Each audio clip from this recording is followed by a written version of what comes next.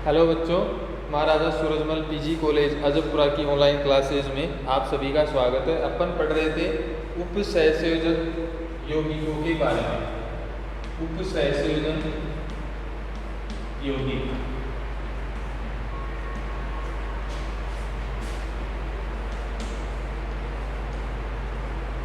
उपसहसंयोजन यौगिकों के बारे में अपन स्टडी कर रहे थे। तो आज अपन उपसहसंयोजन यौगिक में जो टर्म्स पद जो काम में आते हैं उन पदों के बारे में चर्चा करेंगे कि इसमें कौन कौन से स्टेप पद जो हैं वो काम में आते हैं। जैसे उपसहसंयोजन प्रजाति, लिगेंड, समन्वय मंडल, समन्वय संख्या। तो ये जो पद हैं जो उपसहसंयोजन यौगिकों में काम आते हैं, आज अपन उनके बारे में चर्चा करेंगे। पद और उनकी परिभाषाएं, पद तथा परिभाषा, टर्म्स एंड डेफिनेशन।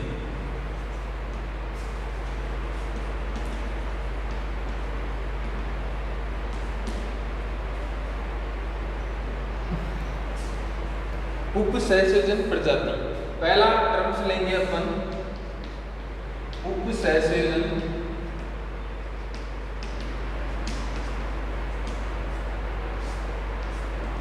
प्रजाति।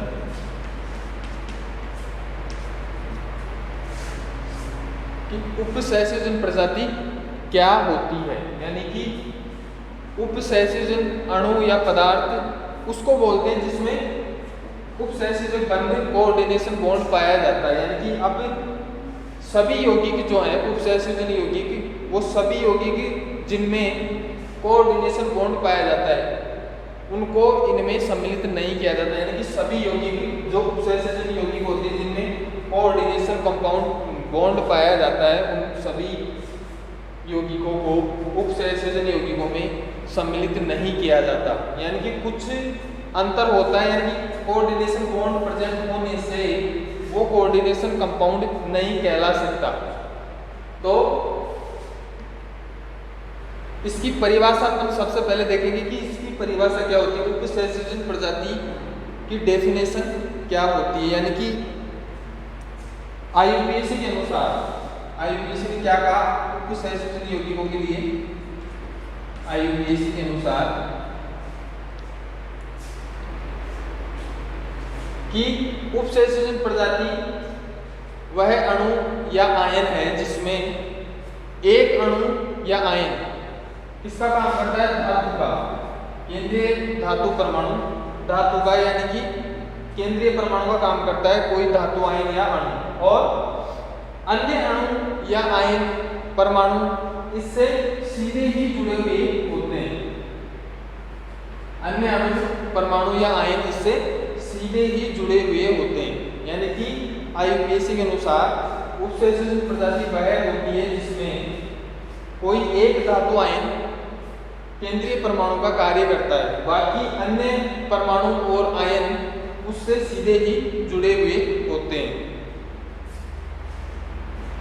उदाहरण है अपन Na3B3, ये क्या है, उपसहसंयोजन प्रजाति, उपसहसंयोजन यौगिक। यानी कि इसमें मेटल जो है वो केंद्रीय आयन का कार्य करता है, केंद्रीय धन आयन का कार्य करता है, और ए और बी जो है वो अन्य परमाणु या आयन है जो N से यानी कि धातु से सीधे ही जुड़े हुए होते हैं। N धातु आयन का कार्य करता है केंद्रीय परमाणु का, और A और B जो है इससे सीधे ही जुड़े हुए हैं जो अन्य परमाणु या आयन्स हैं।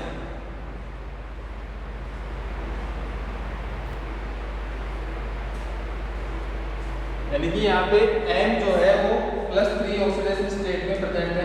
यानी कि M+3 से A और B जो अणु है अपने पास वो सीधे ही जुड़े हुए होते हैं। यानी कि यहाँ पे केंद्रीय आयन का कार्य करता है M, और A और B जो है वो लिगेंड का कार्य करते हैं जो इससे सीधे ही जुड़े हुए होते हैं। अगला एग्जांपल है अपने इसी प्रकार का Na2B4 प्लस, यानी कि यहाँ पे भी केंद्रीय आयन कौन है N, और A और B अणु जो है आयन है वो इससे सीधे ही जुड़े हुए हैं। और इसी प्रकार A4B2 माइनस। इस प्रकार के यौगिक हैं जिनमें N जो है वो केंद्रीय आयन का कार्य करता है। A और B जो है उनकी संख्या अलग अलग हो सकती है, जैसे A2 था, B अणु की 4 है, यहाँ पे A अणु की 4 है, B अणु की 2 है। तो इनकी ये जो लिगेंड का कार्य कर रहे हैं अन्य अणु केंद्रीय आयन के अलावा जो अणु प्रेजेंट है यौगिक में वो किसका कार्य करते हैं, लिगेंड का। यानी कि यहाँ पे केंद्रीय आयन जो है वो इलेक्ट्रॉन ग्राही का कार्य करता है, यानी कि एक electron loan pair of electron को एक्सेप्ट करता है। रीजन क्या उसका कि केंद्रीय आयन के पास खाली ऑर्बिटल्स पाए जाते हैं। और यहाँ पे जो अन्य अणु और आयन है A और B, इन कंपाउंड्स में A और B जो अणु है, परमाणु है, उनके पास कम से कम जो लिगेंड का कार्य करते हैं उनके पास कम से कम एक loan pair of electron present होता है। यानी कि प्रत्येक लिगेंड के पास एक loan pair of electron present होता है जिसको वो डोनेट करता है, किसको, या साझा करता है केंद्रीय धातु परमाणु से, यानी कि उसको दान करता है और केंद्रीय आयन उसको एक्सेप्ट करता है, ग्रहण करता है। तो इस प्रकार से इलेक्ट्रॉन युग्म के सहभाजन से जो बॉन्ड बनता है उस बॉन्ड का क्या नाम है, उपसहसंयोजक बॉन्ड है, कोऑर्डिनेशन बॉन्ड, कोऑर्डिनेशन बॉन्ड।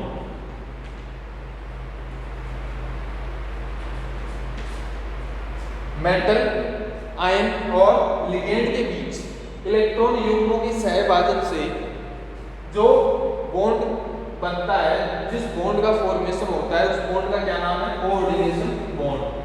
यानी कि यहाँ पे इलेक्ट्रॉनों की शेयरिंग एक ही तरफ से हो रही है, लिगेंड की तरफ से, यानी कि लिगेंड जो है दोनों इलेक्ट्रॉन जो है लिगेंड ही डोनेट करेगा। मेटल आयन जो है वो सिर्फ इन इलेक्ट्रॉन को एक्सेप्ट करने के लिए खाली ऑर्बिटल्स अवेलेबल करवाता है। यानी कि और सहसंयोजक बॉन्ड में, कोवेलेंट बॉन्ड में क्या होता है कि सेंट्रल आयन और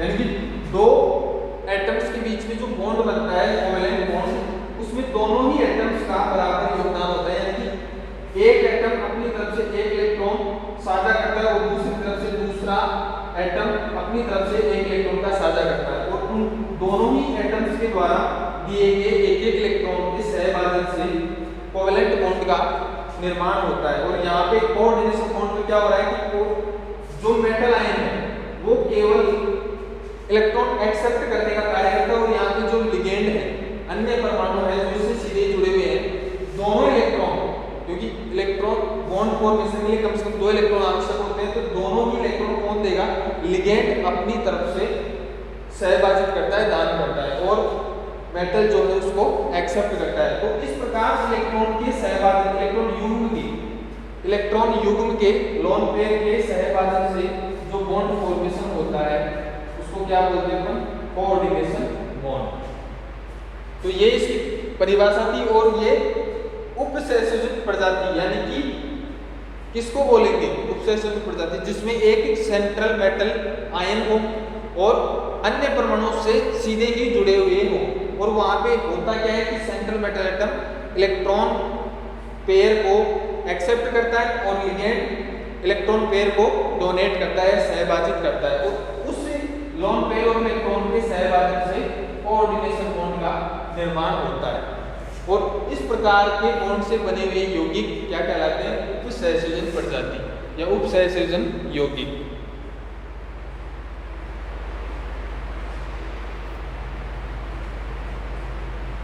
तो अब अपन इसके बाद एक उपसहसंयोजन अणु का उदाहरण लेते हैं, COCl3 और NH3, COCl3 और NH3, ये दो अलग अलग यौगिक है। इनसे अगला यौगिक बनता है COCl3,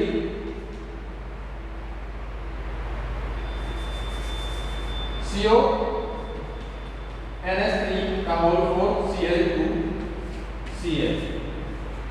ये कंपाउंड के उपसहसंयोजन कोऑर्डिनेशन मॉलिक्यूलर उपसहसंयोजन अणु है। यानी कि यहाँ पे जो स्वतंत्र अस्तित्व वाले कंपाउंड थे अमोनिया और COCl3 इनसे बना हुआ है, और यहाँ पे Cl। अब इस कंपाउंड की जो कोऑर्डिनेशन मॉलिक्यूल है, कोऑर्डिनेशन कंपाउंड है, इसमें Cl और NH3 क्या है, लिगेंड का कार्य करते हैं, electron loan pair of electron donate करने का कार्य करते हैं। और यहाँ पे CO3+ जो है वो सेंट्रल मेटल आयन का कार्य करता है, केंद्रीय धातु परमाणु का कार्य, धातु आयन का कार्य करता है, यानी कि electron loan pair of electron जो है उसको एक्सेप्ट करने का कार्य करता है, क्योंकि इस कंडीशन में +3 कोबाल्ट के पास +3 ऑक्सीडाइज्ड स्टेट में खाली ऑर्बिटल्स पाए जाते हैं, जिनमें ये लिगेंड के द्वारा दिया गया lone pair of electron accept करता है या ग्रहण करता है। तो इस प्रकार से तो, और ये जो है उत्सर्जन यौगिकों के बनने की क्रियाविधि, बनने की जो अभिक्रिया वो कैसी होती है, रिवर्सिबल, उत्क्रमणीय अभिक्रिया होती है, रिवर्सिबल, यानी कि COCl3 + 4NH3 रिवर्सिबल रिएक्शन क्या बनेगा, CONH3 का होल को Cl2Cl, यानी कि रिवर्सिबल रिएक्शन होती है कोऑर्डिनेशन कंपाउंड के फॉर्मेशन की जो अभिक्रिया है। और यहाँ पे अपन ने एग्जांपल लिया है जिसमें कोबाल्ट जो है वो सेंट्रल मेटल आयन का कार्य कर रहा है, NH3 और Cl जो है वो लिगेंड का कार्य कर रहे हैं, यानी कि इनके पास एक लोन पेयर ऑफ इलेक्ट्रॉन अवश्य प्रेजेंट होता है जिसको ये डोनेट करते हैं कोऑर्डिनेशन बॉन्ड के फॉर्मेशन के लिए। और कोबाल्ट के पास +3 ऑक्सीडेशन स्टेट में खाली ऑर्बिटल्स पाए जाते हैं, जिसमें ये लिगेंड के द्वारा दिया गया lone pair of electron accept करते हैं, ग्रहण करते हैं। तो अब अपन बात करें उपसंयोजन आयन जो है उसके ऊपर आवेश उसमें इसके ऊपर आवेश इस पर डिपेंड करता है। यहाँ पे धातु आयन जो है उसके ऊपर प्रेजेंट आवेश और लिगेंड जो है उनके ऊपर प्रेजेंट आवेश का बीजीय योग होता है, दोनों का योग होता है, यानी कि कंप्लीट कोऑर्डिनेशन कंपाउंड पर अपन आवेश की बात करें तो वो किस पे निर्भर करता है, इसका योग होता है, बीजीय योग होता है, किसका, सेंट्रल मेटल आयन का और लिगेंडों का, इनका बीजीय योग होता है। जैसे अपन इस कंपाउंड में ये आवेश की बात करें, कितना आवेश हो जाएगा, तो सबसे पहले क्या देखेंगे अपन कि कोबाल्ट पर उपस्थित आवेश, यानी कि केंद्रीय धातु आयन पर उपस्थित आवेश, कितना आवेश हो जाएगा यहाँ पे कोबाल्ट +3। अब इसके बाद में अपने पास इस कंपाउंड में दो प्रकार के लिगेंड हैं, एक अमोनिया और एक क्लोरीन। तो अमोनिया लिगेंड का कार्य करता है और कर रहा है वो Cl भी लिगेंड का कार्य कर रहा है। यहाँ पे अमोनिया जो है अपने पास कितने प्रेजेंट हैं, 4, तो यहाँ लिखेंगे अपन 4 NH3 समूह के कारण आवेश, 4 NH3 समूह के कारण आवेश, यानी कि अब अपने को पता होना चाहिए NH3 जो है वो उदासीन अणु होता है, इसके ऊपर कोई चार्ज अवेलेबल या प्रेजेंट नहीं होता है। NH3 उदासीन मॉलिक्यूल होता है, तो यहाँ पे कितना होगा 4 × 0, कोई चार्ज प्रेजेंट नहीं होता, तो 4 अमोनिया समूह के कारण आवेश कितना है इस कंपाउंड में, 0। अब इसके अलावा एक लिगेंड और अपने पास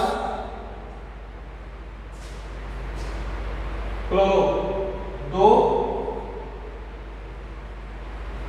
क्लोरो समूह के कारण आवेश, क्लोरो समूह के कारण आवेश। अब क्लोरो समूह पे कितना, कितने हैं आपके पास, 2, और एक के ऊपर यानी Cl के ऊपर चार्ज कितना होता है, -1, 2 × -1 कितना होगा, -2। अब यहाँ पे अपन ने सेंट्रल मेटल आयन और लिगेंडों के ऊपर प्रेजेंट चार्ज देख लिया अलग से।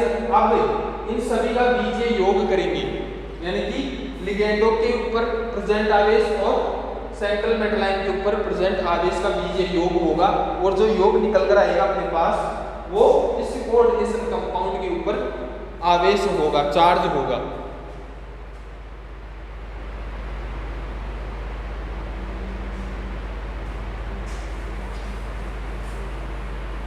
तो यहाँ पे इस पर टोटल आवेश जो है वो क्या होगा, इस कोऑर्डिनेशन कंपाउंड पर टोटल चार्ज वो होगा +3 +0 और -2 +3 +0 और -2 कितना निकल जाएगा, +1। यानी कि यहाँ पे ये जो समूह है अपने पास इसके ऊपर चार्ज होगा केवल प्लस, यानी कि +1। कैसे निकाला हमने, सबसे पहले इस पूरे कोऑर्डिनेशन कंपाउंड पे चार्ज निकालने के लिए अपने को क्या करना पड़ेगा, सबसे पहले सेंट्रल मेटल आयन जो है उसका चार्ज निकालो, इसके ऊपर कितना चार्ज प्रेजेंट है। उसके बाद एक प्रकार के लिगेंड जुड़े हुए हैं या 2 प्रकार के, 3 प्रकार के अलग अलग प्रकार के लिगेंड जुड़े हुए हैं, तो उनके सभी के ऊपर प्रेजेंट आवेश उसको निकालेंगे। यहाँ पे अपने पास 2 प्रकार के लिगेंड है NH3 और Cl, तो 4 NH3 समूह जुड़े हुए उनके कारण चार्ज डेवलपमेंट के ऊपर 0 और 2 क्लोरो समूह के कारण आवेश अपने पास -2। अब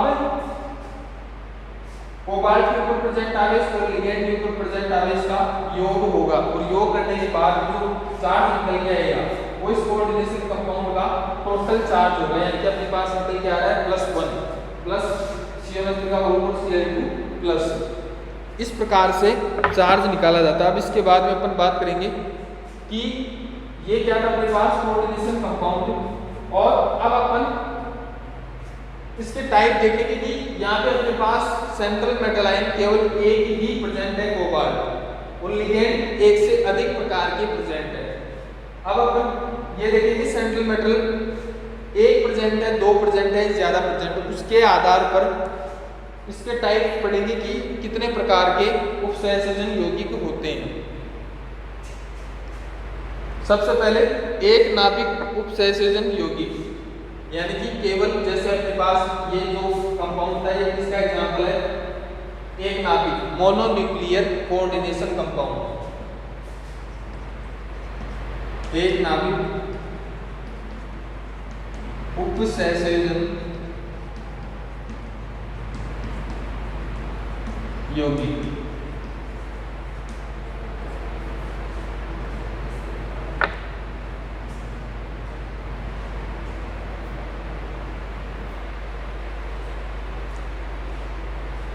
यानी कि नाभिक के आधार पर कि उपसहसंयोजन यौगिक में कितने नाभिक प्रेजेंट है उसके आधार पर उपसहसंयोजन यौगिकों के अपन प्रकार पढ़ेंगे। यानी कि पहला प्रकार जो है वो क्या है, एक नाभिक उपसहसंयोजन यौगिक। इसका मतलब क्या हुआ कि किसी उपसहसंयोजन प्रजाति में एक ही प्रकार का या एक ही नाभिक, एक ही केंद्रीय धातु आयन प्रेजेंट हो, तो ऐसे यौगिक क्या कहलाते हैं, एक नाभिक उपसहसंयोजन यौगिक। अब ये जो अपना एग्जांपल था Cl2, ये एक नाभिक उपसहसंयोजन यौगिक का एग्जांपल है, क्योंकि यहाँ पे सिर्फ कोबाल्ट जो है वो सेंट्रल मेटल आयन का कार्य कर रहा है, केंद्रीय परमाणु का कार्य कर रहा है। उसके बाद होगा बहुनाभिक पॉलीन्यूक्लियर कोऑर्डिनेशन कंपाउंड।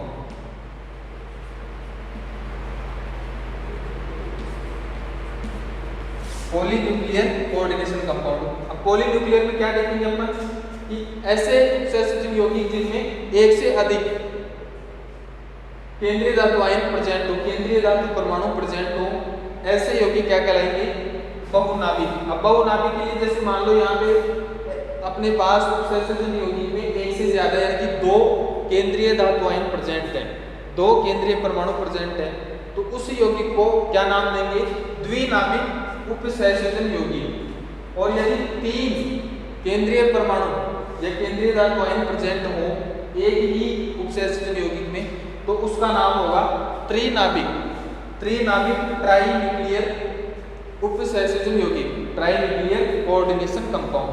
तो इस प्रकार के स्टेप्स पद जो है वो काम में लिए जाते हैं इन यौगिकों के लिए।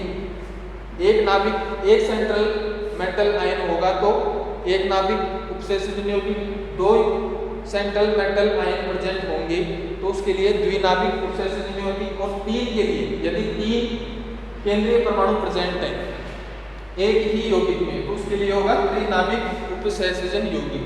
तो ये थे अपने पास सेंट्रल मेटल आयन के आधार पर कोऑर्डिनेशन कंपाउंड्स के प्रकार। और ये भी देखा अपन ने कि कोऑर्डिनेशन कंपाउंड होता क्या है, उसमें किस प्रकार के एटम्स पाए जाते हैं, कि कौन सा एटम इलेक्ट्रॉन ग्राही का कार्य करता है और कौन से एटम जो है वो इलेक्ट्रॉन दाता का कार्य करते हैं, और किस प्रकार से इनमें बॉन्ड फॉर्मेशन होता है, ये थियरी अपन आगे देखेंगे। इसके बाद अपन अगला पद जो है वो काम में आता है सहसंयोजन यौगिकों में, वो होता है समन्वय संख्या, कोऑर्डिनेशन नंबर, समन्वय संख्या।